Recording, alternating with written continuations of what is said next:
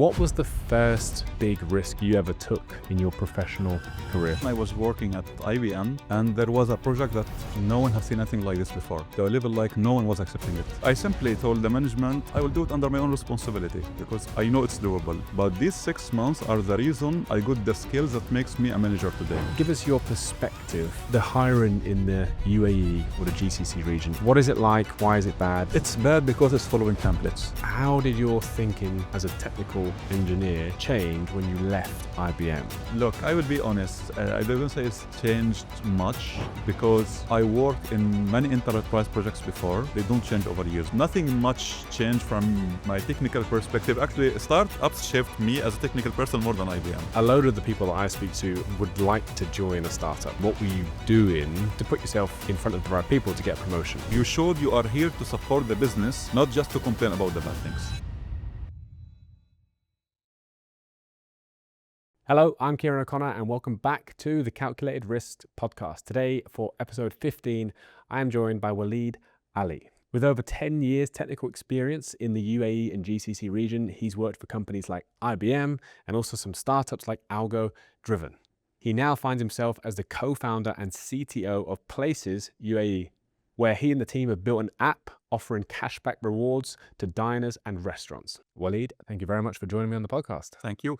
I've been looking forward to this one because the last few people I have had on haven't been, technically focused. I know you spent your whole career, as an engineer and now as a CTO, so I'm sure we're going to cover a few different topics. Yeah. So what was the first big risk you ever took in your professional career and how did it play out? Okay, I can say not the first one, but the biggest one we can talk. So at that time I was working at IBM and there was a project that no one have seen anything like this before. To a level like no one was accepting it. So I can mention names. So a company named JLL came with an idea, JLL is like the biggest real estate company in the world. So they have a new vision how you could visualize GIS data in a new way in a web platform. There is 3D visualization, like you can navigate around the globe, see all your buildings as a real estate company, click on them. You could seamlessly zoom in from the globe to a chair in this office here, and click on that chair, you can see some data around it. Yeah, so thing is, no one was taking this project inside IBM because, how this could be built. Passed from one department to another, and my first line manager understand that I used to be a game developer and used to be in 3D animation, that stuff. So he passed it by me and said, yeah, that seems good. We went first meeting with them.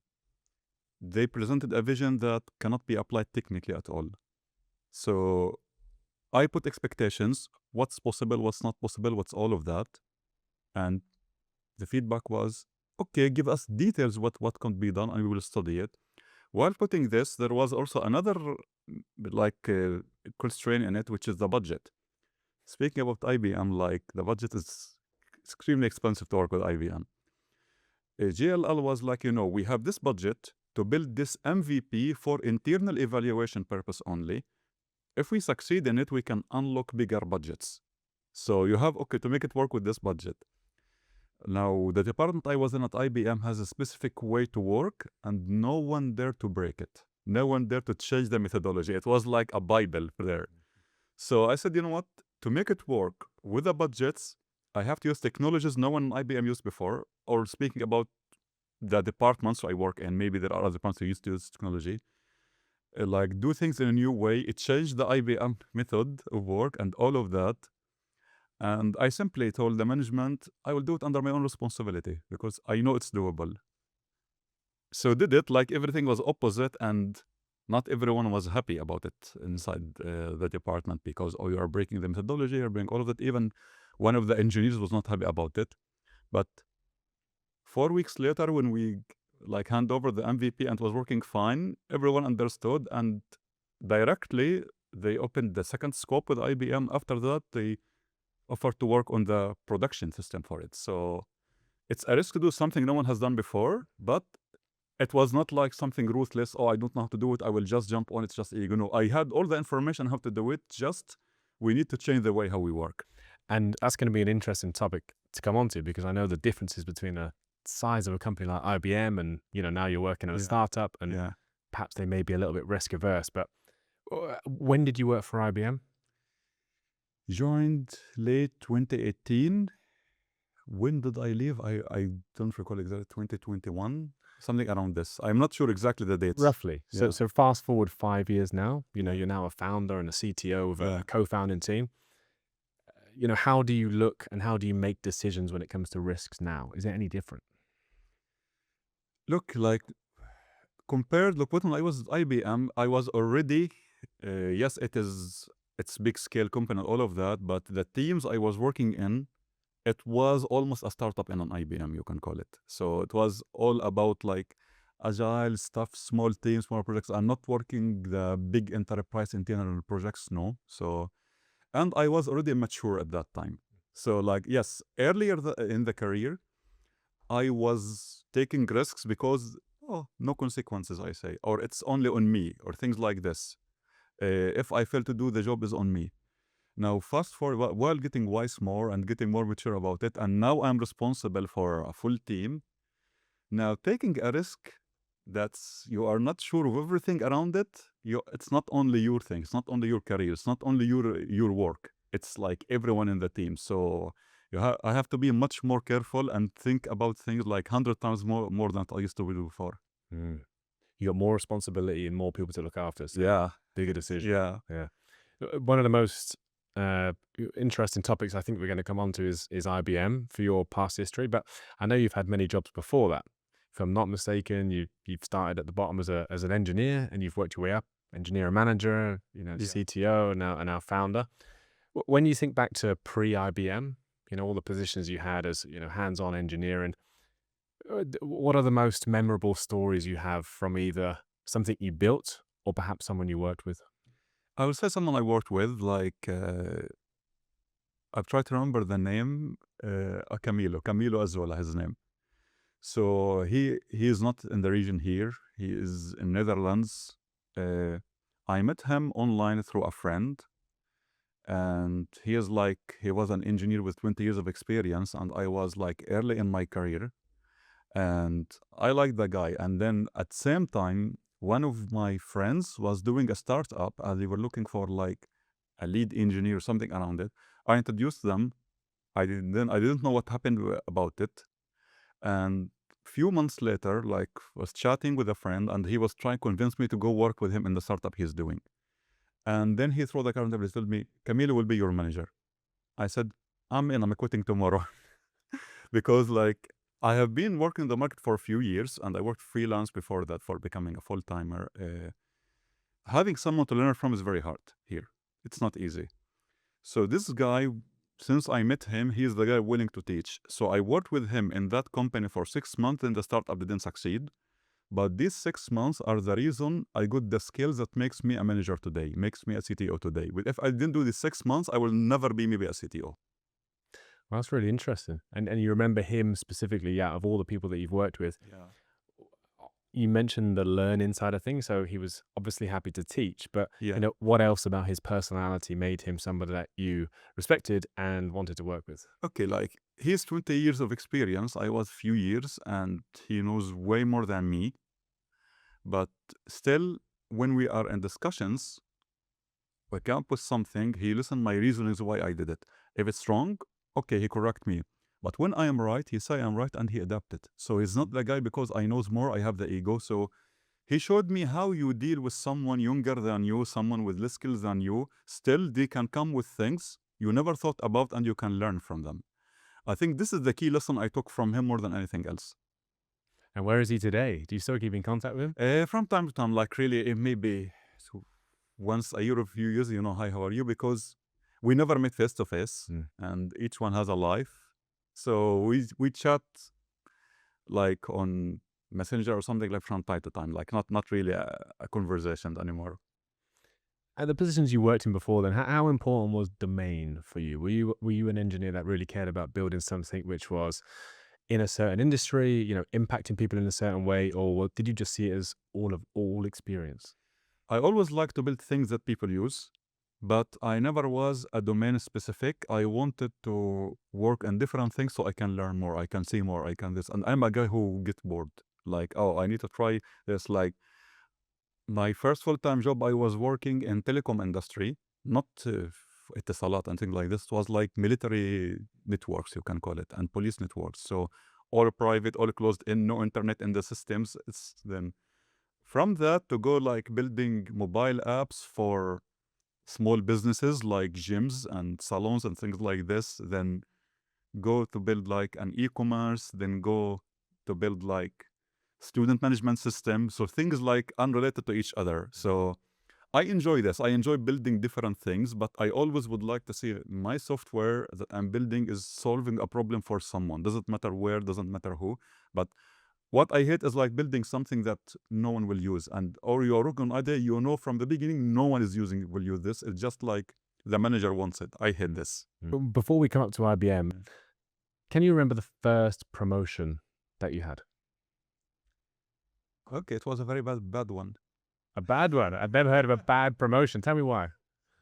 Okay, like the situation in my first full-time job was not good. The story is I just finished university, just graduated. I was working for freelance for a few years, but you know how it is in the region here. Like, oh, we start counting post-graduation. So, and my visa expired 2 weeks before my graduation, and like, I always need to be on a visa. Like, because of my nationality, I was on university visa, which is expired 2 weeks for my graduation. Spoke to the university, said we cannot do anything about it unless you are willing to continue with master's degree. And my rule was simple: no more education. I hate academic education. That when I did the last exam, that's the last academic education in my life will be. So I had 2 weeks because you have only 1 month notice to secure something else. I had 2 weeks post graduation to secure something. So I landed on something came from connections, and the argument was not I'm going there to be a full-time employee. I will just be there. I used to also to do some freelance with that company. So, okay, come take 4,000 dirhams a month. We will give you a visa. Finish for us few projects till you find something else. I went. I worked with extra passion, I can call about it. They didn't know I'm an engineer at that time because other than software engineering, I am a 3D artist. So I used to design like operation rooms for police and things like this. So the company was working mainly with police and military and such stuff. And then after a month, I discovered that I also, even after 3 weeks, discovered I know software engineering, and they were in need for a software engineer. And then I started doing both, designing 3D, doing software, and started taking more and more roles, and with a promise of a promotion that will come when you finish your probation, which is 6 months. 6 months finished, nothing happened. You know, everyday promises and all of that. And to give you context, I'm earning 4,000 dirhams, while the people talking about the promotion are earning like 10 times my salary. So, and I was working like late nights every day. And also I started doing some more freelance to cover my expense and all of that. After a year, they finally bring the promotion. What was I promised is they will give me 10,000 and give me the software engineer role because I was a multimedia designer. It came 7,000 dirhams, still multimedia designer. Okay, why? Oh, just give it few months, we will fix it, all of that. Again, the few months went for another 10 months. How much it is? 8,400. Why? The HR told me we cannot give more than 30% promotion. And I'm still not even a designer. Fast forward, like, so all the drama, all of that. I said, you know what? I'm leaving this place. But before I leave, like, I chatted with someone in the company, then I reached to the HR director. It was a big organization. So what I figured out, my superiors never told the HR director that they hired me as designer and now I am software engineer. There was a mistake. Look, I don't have an evidence why it happened exactly, but I got few insights. What I'm there. At first, the nationality is one thing. Like the company was operating in very bad way, which you cannot. Most of departments are one nationalities. I don't think like this, and I was working with multiple departments at the same time. No department like me. And also, why you give the budget to someone who accept to work low while the budgets are given someone else? For example, there was a guy who was hired. He's not technical. He was given a technical role with a salary like 4 times at what I was earning. So it's just what should be for me. It was funny enough, like they hired an engineer to help me and his salary was more than mine.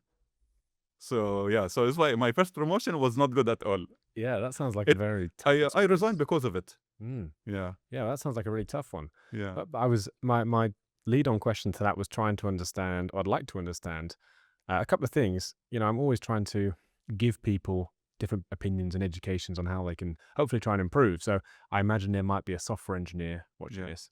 So if you need a good promotion, I have a story, but not the first one. well, let's come on to that now. Yeah. Your promotions in your career, you know, Yeah. because you stepped up to you know, Yes. probably a lead, maybe an engineer, manager, and you've worked the ladder. So what did you do personally to put you in the spotlight for a promotion? But then equally, in the company you're running now, you know, what type of technical person do you look at for promotions? What do they do so well? So where is the crossover between what you used to do and what they do? Yeah, this is like a mistake done by many engineers I meet. Like they think the one who writes the best code or the one have the best knowledge today is the one who will get promoted. It's not. It's the one who learns and take responsibility. These are the two things. Because like you can bring 2 engineers, one of them has way more knowledge, but he's not responsible and decided, I don't want to learn new things. Another one with half of the knowledge, but he's willing to learn and willing to take responsibilities, he will do much better work. So I was always the guy who take responsibility. Like even when I'm telling you I was earning 4,000 dirhams, I was working with 5 government clients going on site on the software alone for all of them. Imagine I was the only software engineer in the whole organization because they always used to give the software engineer as like for other companies, but now there's one guy who can do it in-house. So I was like building I was like doing the designs myself, building the features, training the people. Like also I can speak Arabic because you need to train police officers in Arabic and all of that. You need to know how to speak with them, how to deal with them, all of that. So because I was always taking responsibility, I'm always learning new things.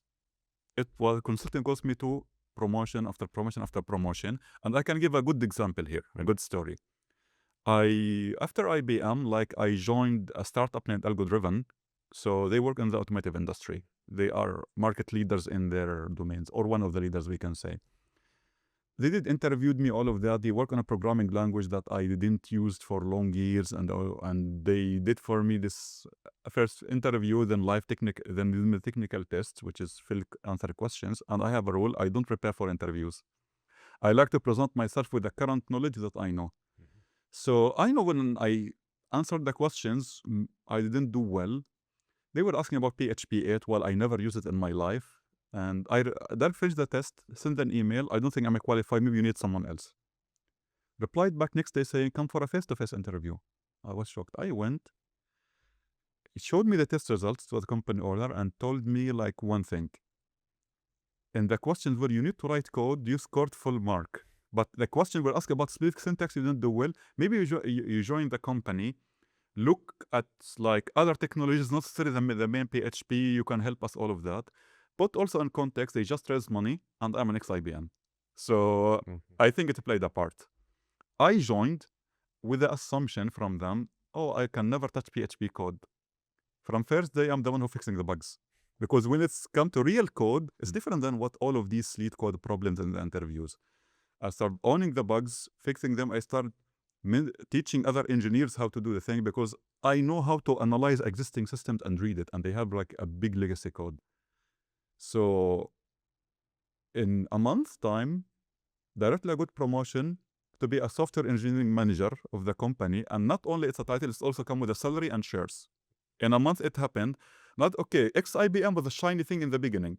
But this promotion happened because of the work I did in a month. And the thing is, all the partners agreed on the decision because they saw the outcome. This guy came in, the bugs now are getting fixed much faster, and the engineering team is working in much better way now. So give him the role, let him do it. Well, you did have a good promotion story then. Yeah, I have, but not the first one. Yeah, that's incredible. The question was about the first, so I had to be honest. And I think something that you mentioned there, the curiosity and the willingness to learn. Yeah. You know, and you were honest that you maybe didn't have the experience in that particular language, but you come in very curious and excelled. Yeah. I think what you mentioned before as well, I've noticed from my career and speaking to loads of other people, technical and non-technical, you have to take on more responsibilities, like you said, before you got the promotion.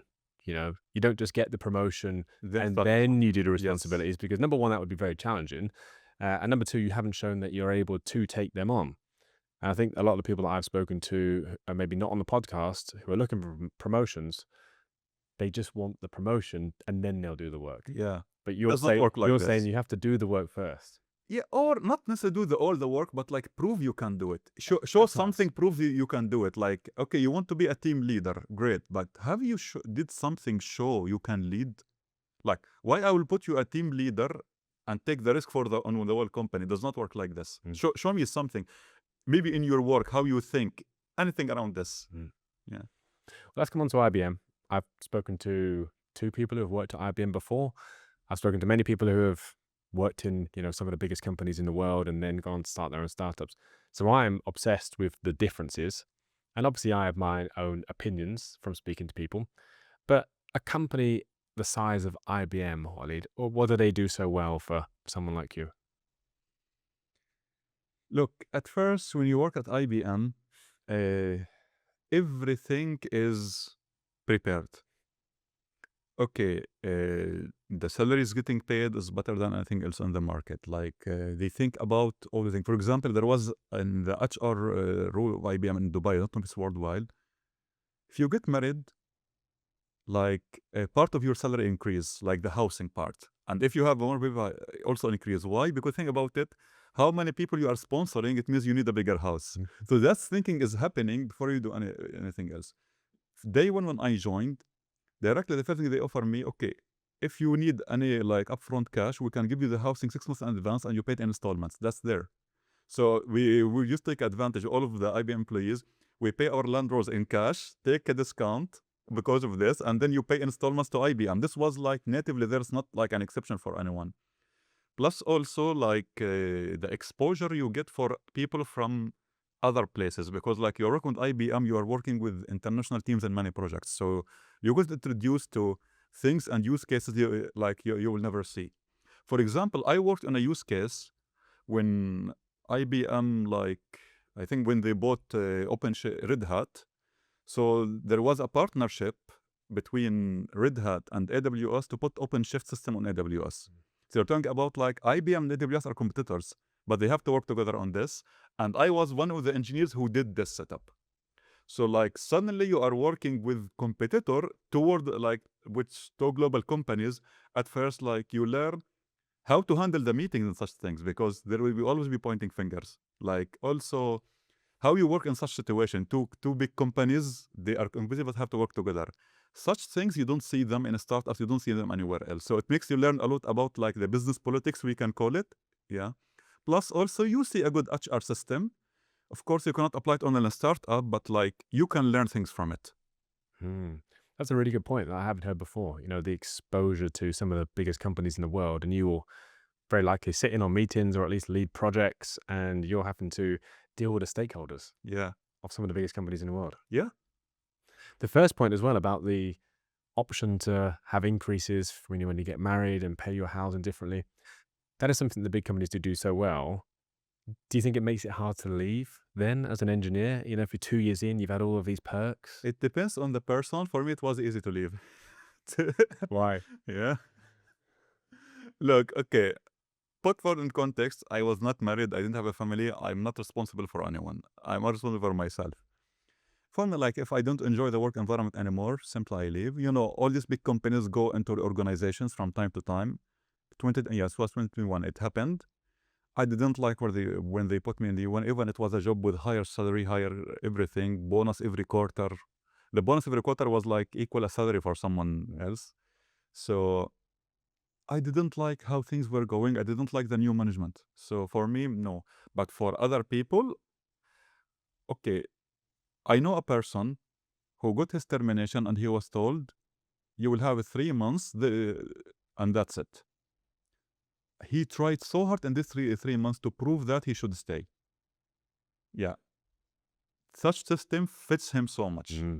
He's been long years. I'm only in IBM like for 2 years and a half, but he has been long years. But I have seen people who spend like all their like half of their career or more. Like someone in his 40s, since graduation, he's at IBM. Like It's very hard to leave. yeah, it's very hard. You know, you are loyal to the brand. You are used to the system. All of that. I'm not. And also, most of these people, if they leave, they go to similar things. Like most of the people who left in that period, either by like layoffs or by resignations, you'll find them went to Microsoft or AWS, things like this. I don't know anyone else other than me who went to a startup. I didn't start this directly. I went back to Alco Driven, which is a startup. So for me, like corporate life does not suit me in general. We just say it. Yeah. And there's a I guess, common misconception. Yeah. You know, the more I've spoken to people, that these large companies, well, that's IBM in specific, there's a lack of entrepreneurial team building in some teams, maybe the business as a whole. Maybe there's a lack of innovation in terms of new products.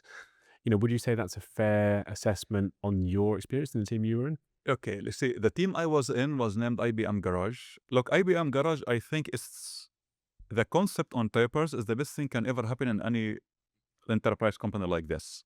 Simply like we are making a department to have a startup DNA in IBM, bring the smartest people, work in it, and they need to work in innovative projects. So these are the people we send to a customer who don't know what they want to build and build it. Even like the people who are leading it, like I remember the two names, like the first name is like Holly Cummins. Holly Cummins, she is like a celebrity in the software world. She authored books. She is very known. I don't know if she's still in IBM or not. And the second guy was Dom Harris. I still remember his name. I think he's not in IBM anymore. He's also was an amazing guy in London. So like the moment I did the interview with them, I knew this is the place where I want to be. And I was very excited for the job. But then you face a reality when you go in. Everything on paper is great, but because you are part of IBM, the expense is so high. Like your office should be in a specific location. For example, our office was in Emirates Tower. Imagine the rent. What? Because it's IBM brand, it should be there. The HR rules, how things happening, the cost here, the cost there. So it's very expensive to work with IBM. Then who afford it? Few clients, mostly government clients or banks or things like this. And these people come to play with their, do projects in their own way. They are not going to shift their way for IBM. So after all of these great things, you have to, again to work in the boring enterprise way because of the situation. This is the only way to get paid in the region here. I have seen projects and heard about projects happened in like in Europe and United States were different because startups there have crazy funding. Like I worked on a project, it was a startup. They hired like around 30 engineers from IBM. Man, like I do the government projects, but they will never 30 engineers of them because it's over budget here. So there it was different. I worked in a few of them, but not many because I'm based here. It was different experience, but being an enterprise company here, you will end up dealing with banks, enterprise systems, governments. You will see all the things that makes you bored as software engineer. And you said that when you left, you joined Algo Driven again? Well, that was the first No, the time. first time I joined them. The first time you joined. I mean, went again to startups world. Yeah. Yeah, sure. So Yeah. I think you'll remember that one of the businesses that I own is a headhunting talent acquisition business. And there's a ideal profile for most early stage startups. And that would be somebody who has either founded a company or worked as a first couple of employees, but also done some big tech experience like IBM, Google. So sticking on that point, how did your thinking as a technical engineer change when you left IBM? Like, what did you take with you, and what do you still have with you now from IBM? Technical thinking. Look, I will be honest. I don't say it's changed much because I worked in many enterprise projects before. So it was an enterprise like clients.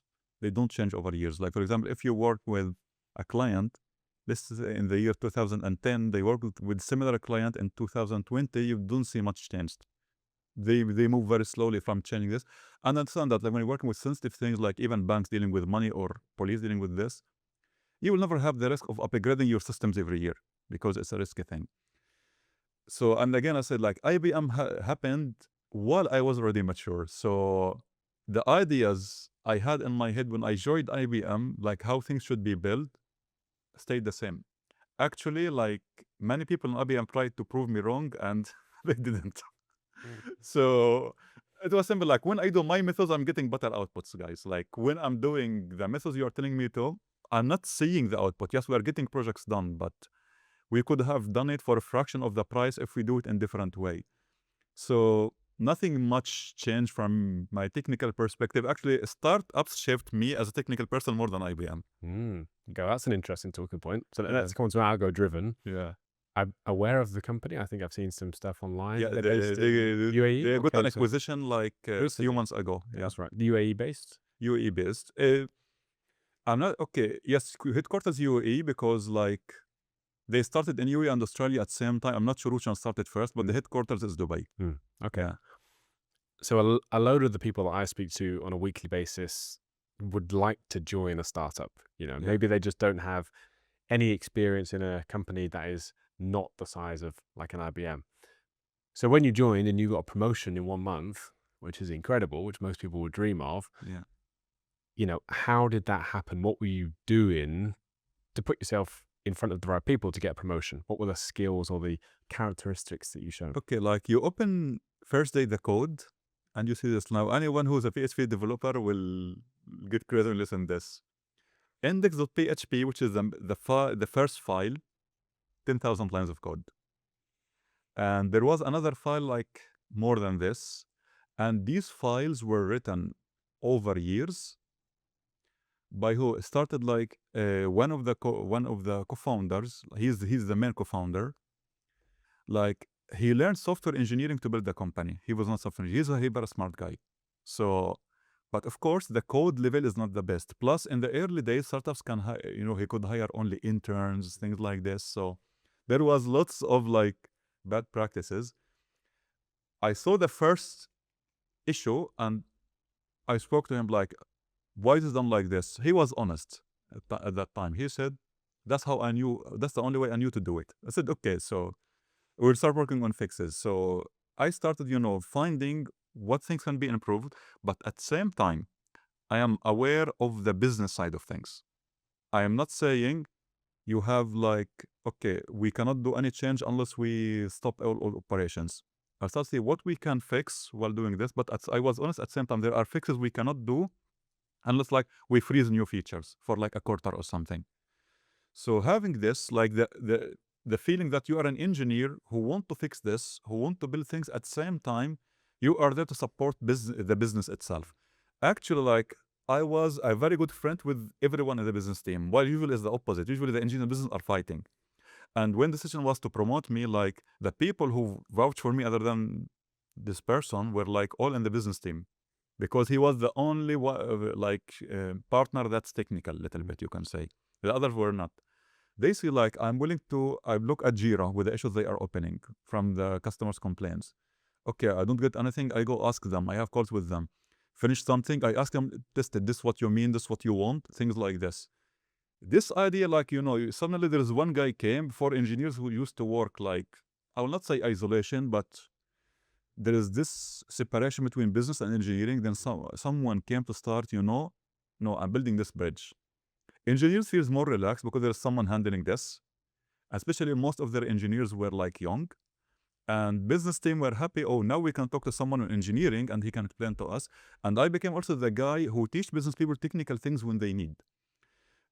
I think this is the main thing, like more than what code I wrote, more than what kind of code I wrote. It's the fact you showed you are here to support the business, not just to complain about the bad things.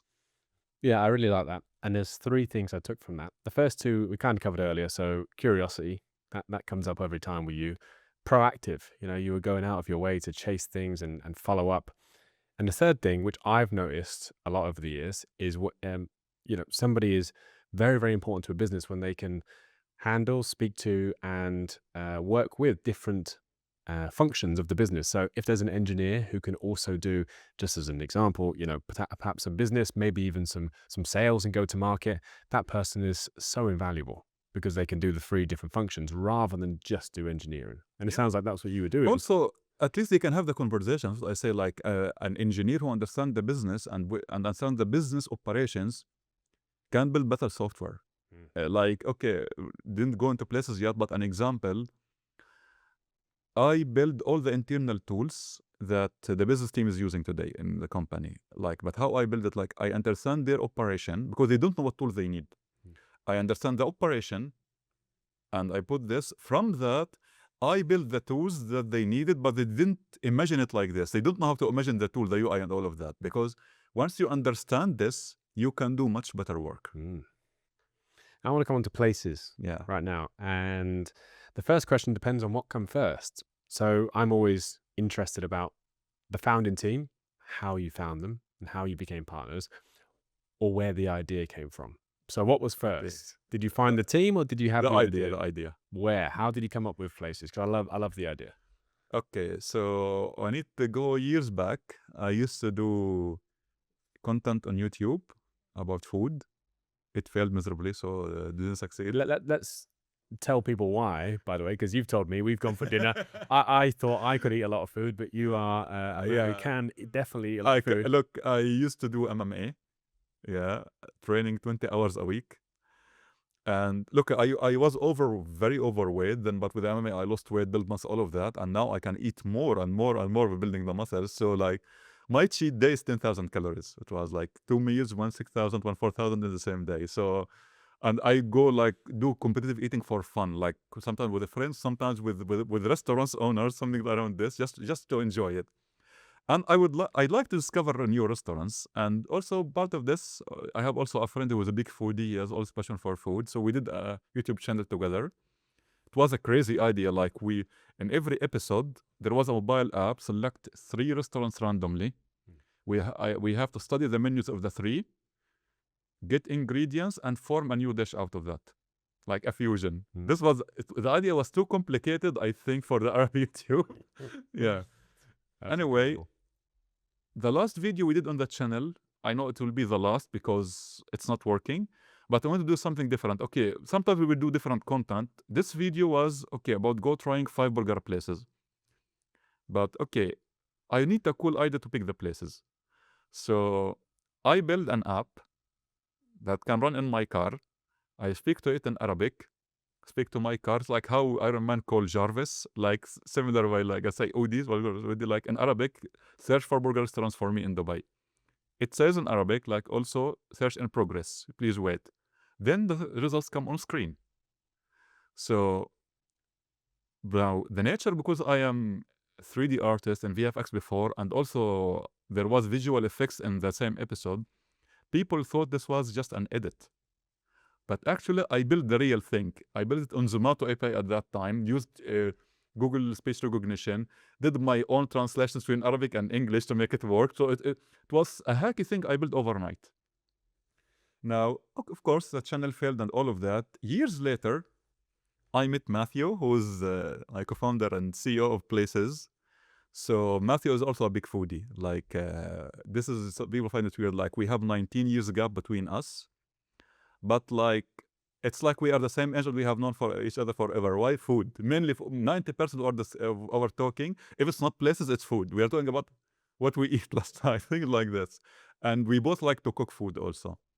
So I met him in Algo Driven actually. So he was a shareholder because Algo Driven bought his company. Yeah, so Matthew came with 2 exits before, one for Dubizel, one for Algo Driven for UAE. So we were chatting, like, and I showed him this app that I did before, and he was like, wow, like, one day we want to build business out of this. I don't know when, but he told me, like, I always like thought about something like this. So, but I never thought it's possible. And this was like, we are talking about, I don't recall the exact year, maybe 2021. Man, like the LLMs and all of this trendy of the day didn't exist yet. No one knows about it.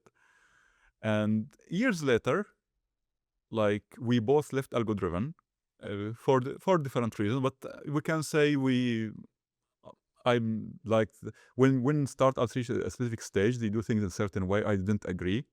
It's better to leave on good terms rather than like fighting each other. Matthew also decided like, okay, maybe he need to go and do another thing.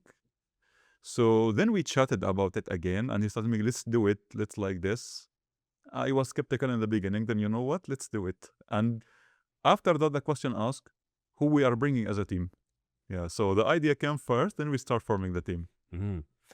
And for lots of people who have either started a business, they'll understand the excitement, but also the nerves of starting something. How did you start to win customers? Like, what was the approach that you thought, right, we're going to go to restaurants and say this? Okay. So at first, the credit should go to Matthew and his team, not me. So because like when we started, like it was clear, Matthew, you are handling fundraising, business, all of that, and you will never think about anything technical. Yeah, That's a good split. yeah. So without the split, we could never do it because like I could never do what he do. He can never do what I do. And also even hiring the people, he hired the right people in his team. I have the right people in my team and all of that. But still, like over time now, I know much more about business. And Matthew, he knows about technical stuff more than some engineers now.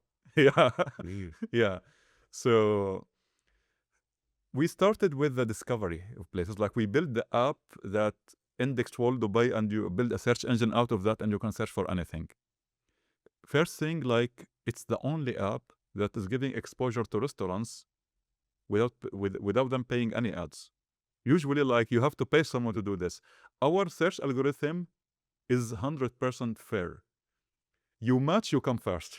Yeah, we build it like this.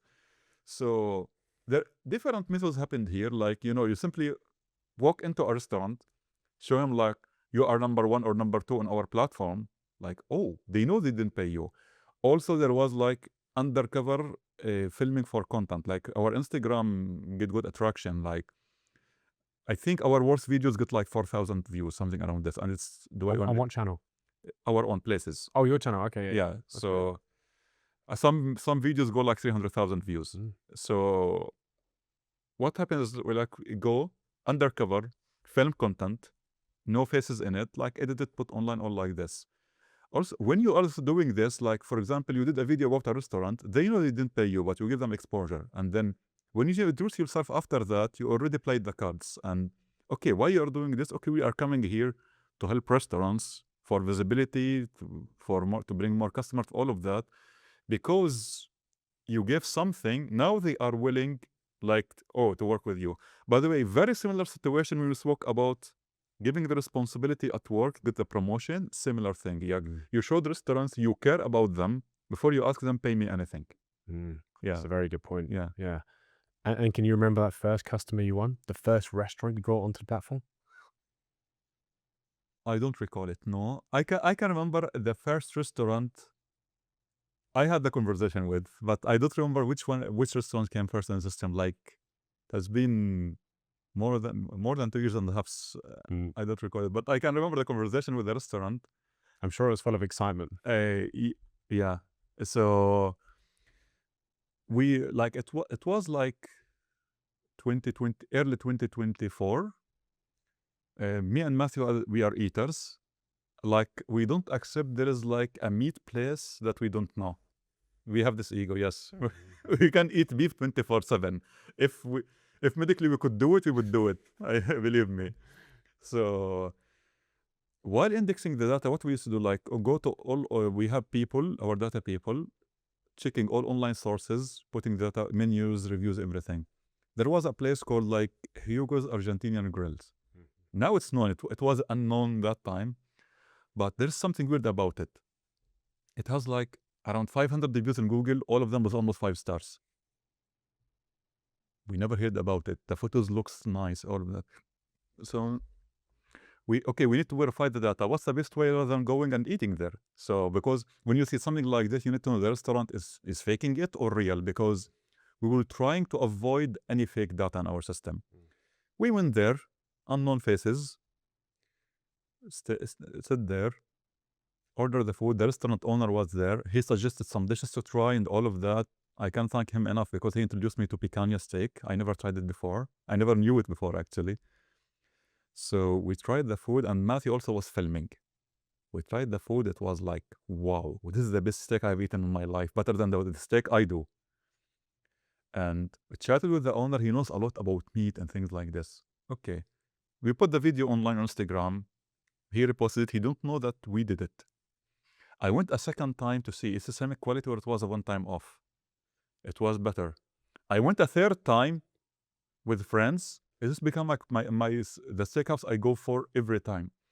And the third time, like the owner already now recognized my face. I am a regular customer. I exposed myself. Like this is us who did the video, all of this, all of that. And then I showed him, if you wrote, I want the best Picani and Dubai, he's number one, buy the data, not buy anything else. He said, wow, look, usually I never work with any app, but I want to work with you. This was his reaction. Okay, called in the team, spoke with him. At that time, we were offering a marketing package for the restaurant. He subscribed to it.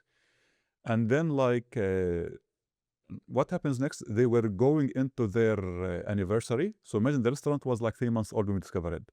They said, okay, can you help us and build attraction around that? We said, okay, give us an exclusive discount. They give us 15% discount. Just show you have places up, you get 15%. We did a campaign on Instagram. They had to put extra tables to cover the demand. And then after that, it became like extremely good, getting attraction, to a level like the Crown Prince of Dubai had a lunch there with the Amazon CEO, then became very known. And still you will have like the photo on our website, him with the Crown Prince, and also the guy is still like vouching places till today. And after that, he started opening for lunch. It was open only for dinner. Came to us again, okay, places, can you help about this? Okay, do you have a business lunch offer? Yes, I have. Okay, we built a campaign about Instagram. They had tell us, okay, we are getting customers more than what we can handle. So there's a queue in front of them. Okay. It said like just the video got like 300K views. Is what happened. It's became, now they are opening a second branch. And now with the Place Cashback, they also joined the Cashback. So I remember this customer because I personally spoke to them. And I saw the journey end to end. I am sure if I spoke to the team, there's many similar stories, but this is the one I was in. What a story. Yeah. What a story. Yeah. Hugo's Argentinian Grill. Yes. For anyone listening. Okay. You never tried it? I haven't. No, I think I need to after this because I'm a big steak fan. I was there yesterday. I'm willing to go there today if you want. I love it. Every time in Dubai, I have to go there. Yeah. I have to. Yeah. So that part of that story leads on to a question which is quite important for people listening, that there was a big either pivot or a change of direction or feature where now you are pushing the cashback reward motive rather than the search. Talk to us about why you've pivoted, how do they complement each other as well? Okay. From day one, we wanted one day to own the transactions. We didn't know how. Because like you are going to a market, there's so many F&B apps. How you do it, we don't know. So we said we'll focus on the discovery part and see what will go in this. Now the discovery part, okay, worked well from bringing users. But there is one flaw, not in the system itself, it's in the eye of discovery. Especially when we are building discovery, we are a startup, we cannot cover the whole globe in day one, like Google. We only did Dubai, not even full UAE. Because Dubai has 13,000 restaurants or F&B spots. So it's too much data to handle all of this, building the search engine, building the AI out of that. And by the way, we build all the search engine in-house. It's not like just wrap ChatGPT and let it do the work. No, it's our own technology. Then, okay, how often you are looking for a new restaurant in Dubai? If you're a tourist, you are doing this. But if you're a resident, when's the last time you thought, what I need to find a new restaurant? I actually think quite a lot. How long you have been in Dubai? 9 months. So I'm still fairly new. Okay. So I rely on you for good suggestions. Yes. But I'm still trying to find my way. But I guess if you've been here for a few years, you have your spots. Yeah. So maybe a normal user is doing like once a month, open the app, look for something new, all of that. Why? Because like, okay, the app is only finding for you the restaurants, but it's not let you do something with the restaurant, with what you found.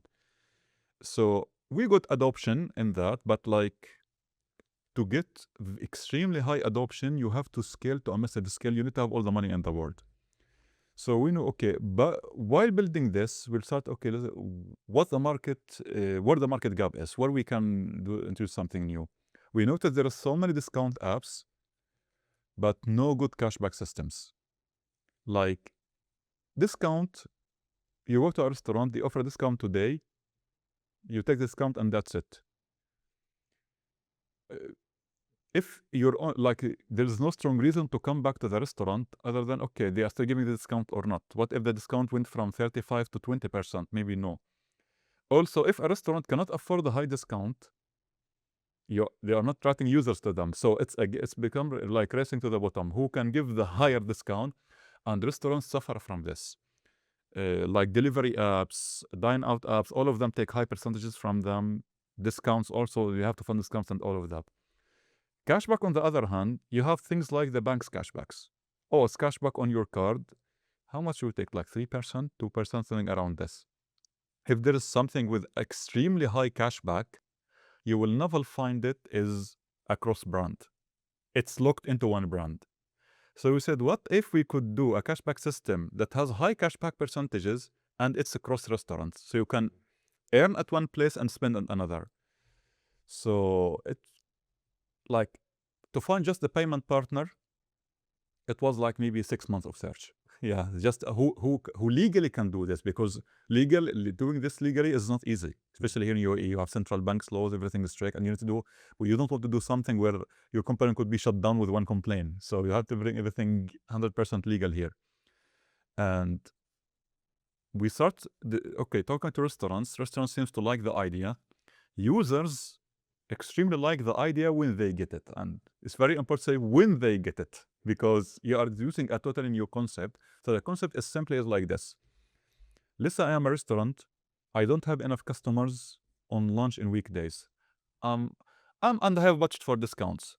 Instead of putting like 30% all the time, let's make it 50% in these times only. I go to in these times as a user, I earn the 50% cashback. Okay. So, and I build my wallet from that. But if I have the wallet, I can go anytime and use it, because the restaurant is not funding a discount when you redeem the wallet. And users have a habit, even if it's a cross brand, 80% of the users, they have favorite brand, they earn the cashback and use the cashback at it. They go occasionally to other places, but like, because also still you are paying your money. You don't want to have a very bad dining experience. So still people, like most of them, not willing to try new things that quickly. So this system, like this, it's working great at like really some of our partners. I will never like say, oh, every partner is doing great. No, some, because it's a new concept and we have been only like less than 6 months in the cashback. So for partners who couldn't communicate it to their customers in the right way, it's working great for them. Like, yeah. So we got like some customers told us like how much the revenue increased because of this. But at the same time, you have the discovery. So we're doing both. We did something. Okay, I believe it's fair, because I told you, you cannot buy your way into our search. But we recently start, cashback restaurants come on top of other restaurants if the search was generic. Like, for example, I want to eat a burger. Okay, we have a burger shop that has cashback. It will come first, and then they sort by which one the best, the highest percentage. But if we have a non-burger restaurant that serves a burger, he's not coming before a burger shop. So we made a fair algorithm after, but still, why is coming first? They didn't pay us; they paid you as a customer, right? It was so the one how you can be rated higher in the search, increase the cashback you give for customers. This was the game, and restaurants don't pay anything to be in the cashback network as fees. We only take a percentage out of the transaction. Doing this, it made the job harder of one thing. Like, now you have two things in the app, not fighting each other, but you have two kinds of users getting served from the same app, the discovery and the cashback. It became very hard. And then when the current war started, like currently in the region, you have to cut budgets, you have to do changes. At the same time, because of the economy, many import prices get more expensive, which led into Like most of restaurants change their menu prices or change things on the menu. Now you have 13,000 menus to update. The effort to that to keep up to it is crazy. And so the only way was out of this, guys, we need to survive. We need to continue operating in this situation. We have to drop the discovery idea. Keep it only cashback partners. Still, we have the search engine, but it works only on our cashback partners. Still, we have the digital menu. We will work for our cashback partners. And said, once we have enough partners, discovery will come back organically. So this was like the whole story, how it happened. And I think if I heard rightly, you're on the restaurant side. You're not charging the big fees to get the people to them. You're just charging a percentage of the. Yeah. Whereas some of the other platforms I've looked at, they charge big monthly fees to attract people. They own the data. Us versus others, at first they charge the customer a subscription before they've even got anyone in. Yeah, so a customer, like you are a user, you want to find the discounts, you have to pay money to find the discounts. Our app is free. Also, they add service charges on top of your bill. Your bill is 100, you pay 100. We take service charges, I will explain how in a minute. From restaurants also, the restaurants has either to pay a subscription or they pay also on many platforms, they pay, delivery platforms take 30%. Done out platforms, no one exposed their numbers, but according to our research, between 10 to 15%. It's getting taken. As places, we take 5% from the restaurant. Yeah. Also, there's transaction fees. Like usually when you are paying through your card in a restaurant, the restaurant pays something around 1.8%, plus maybe some fixed fees. And if it's international card, they pay up to 2.8, something around this. We make it 1.8 flat on the restaurants. So we also help in this part. And from the user, we take a cut of the earned cashback. For example, your bill is 100. It's 20% cashback. This means the restaurant wants to pay you back 20 dirhams. I take 2 dirhams, suppose give you 18. So what will happen? You didn't pay extra money, and without me, you never got the 18. I tell you, we never had any case, like we have thousands of users who transacted in the system so far, and no one complained about the fees.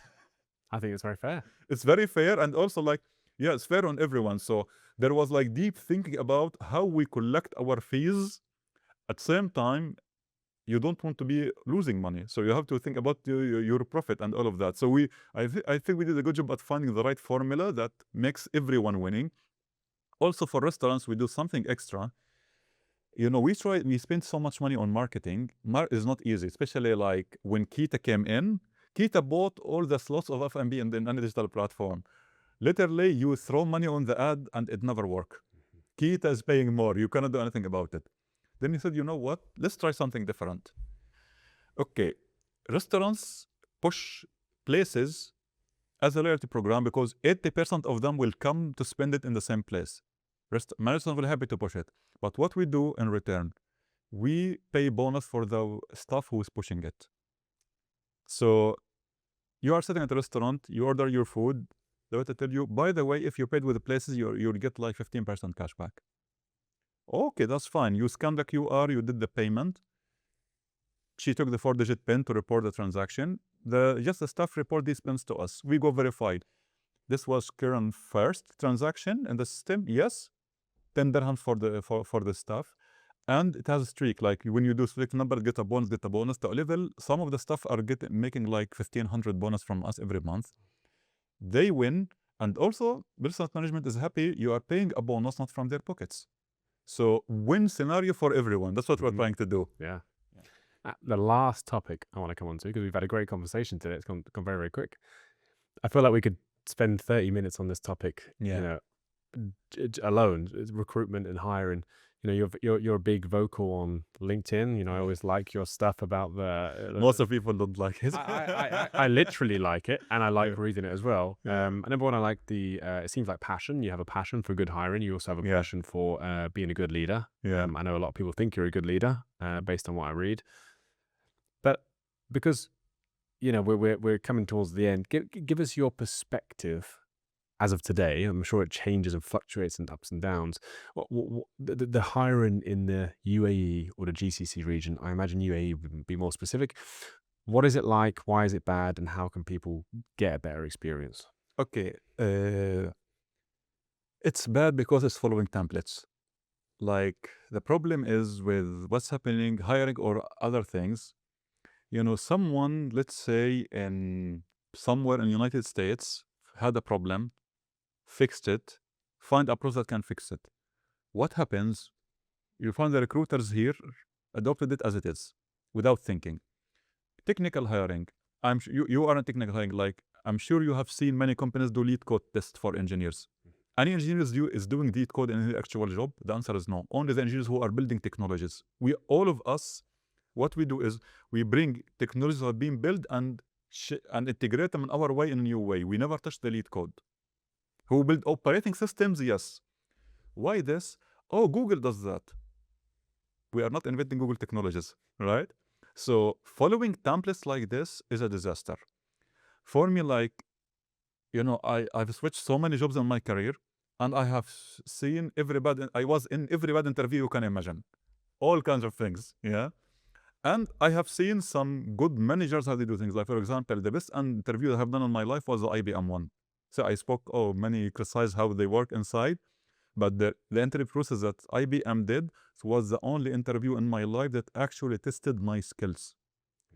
See how out of the box it was. The first hour in live technical test, it was pick any program language you want. We want to see you doing this problem with test-driven development because they like to use this method. I did it. That was fine. The exciting one was the second part. They pick a programming language you never use in your life. They ask until you find something you never use in your life. Okay. Within 1 hour, open Google, learn the language, install it in your machine, create a backend, expose an API, write automated test for it. Yeah. Like, I did it. The thing is, you were never supposed to finish it. They need to see how's your thinking. I finished it in 45 minutes. That's what got me hired quickly. But I received the call in the same day, come do festival interview. It should be like usually take another 3 weeks to give you a reply because of this. But it's out of the box and it's testing because what you need to do in the IBM garage, learn new things every day and build things. I liked it. I'm inspired by this. So the hiring, I go, for example, a recruiter comes who doesn't know anything technical, and I met lots of those. You get like a request, hire me an engineer with this. Oh, that's a checklist. Okay, start. Like post a job on LinkedIn in the most boring way possible. Okay. Then you have thousands of people apply, put them in the ATS system to filter them out. And now these days, put them in the AI system to filter them out. And then, okay, these people start looking, okay, who fit the budget? We're starting about fitting the budget before anyone else, based on the profile and everything else. Okay, let's do phone calls with these people. You do the phone call with the recruiter's engineer, you will find the recruiter has no idea to talk about. Like, I was like, it's not like I applied for the job. The recruiter approached me. Sometimes they do this when there's a demand, or they approach for people who are open to work. It was a data scientist job. Like, why it's coming over to me? And the recruiter is convincing me, just apply. This was post IBM. Just apply. I'm sure you will pass it. The recruiter, I think, had a task to bring someone ex IBM or ex Microsoft or something like this. They don't care. Some recruiters, because the recruiter is getting paid on this.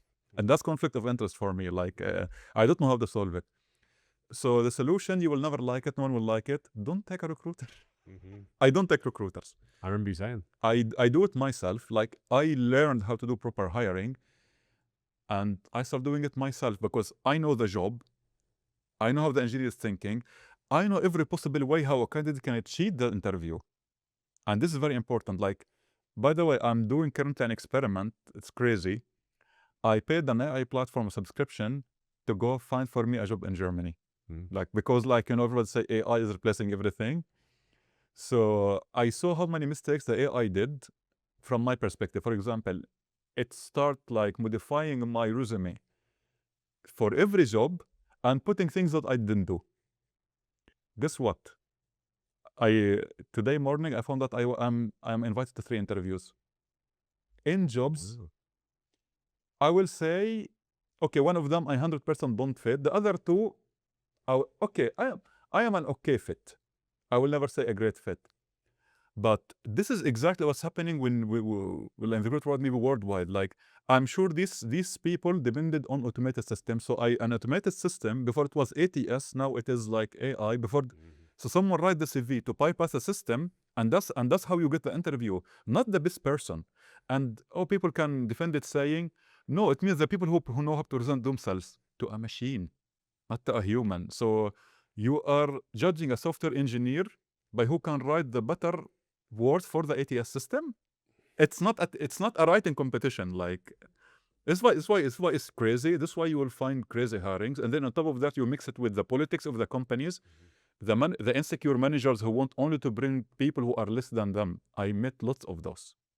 Like, I rejected a job because of the insecure manager. In the final interview, he wanted to find anything to make me look bad. Then, look, I wrote the code in front of him. He asked me something about it, and I replied. He wanted me to say, what's the term of this in computer science? I don't memorize it. So he was like, you know what? When they offered the job, they cut some money out of the budget because I am not senior enough. That's what they said. I said, I'm not interested to work for you. It's a very big company here, by the way. So don't follow templates. Build a hiring process work for your company. That's what I say. I have so many more questions on that, so maybe that's a topic for another a time for another conversation. Yeah. But I think anyone who's listening, you post some good stuff on LinkedIn, about business, startup, but also hiring. So follow Walid Ali. I'll put it in the description, and also download the app. It's an app where you get free, or you get cashback to spend at more restaurants for any big foodies. I'll put the link in the description as well. And I just want to say thank you very much for coming on. It's been a real pleasure to learn about your story before Places, but and also what Places are doing as well for restaurants. So I appreciate it. Thanks to you. Very nice conversation with you, really. Thank you very much. Yeah. How's that, man? Great. Good? Yeah. Cool. And that's it. That's the end of the episode with Walid. I hope that you enjoyed listening as much as I did recording. Please don't forget to like, comment, and subscribe, as well as downloading the Places UAE app. And I'll see you next week for the next episode.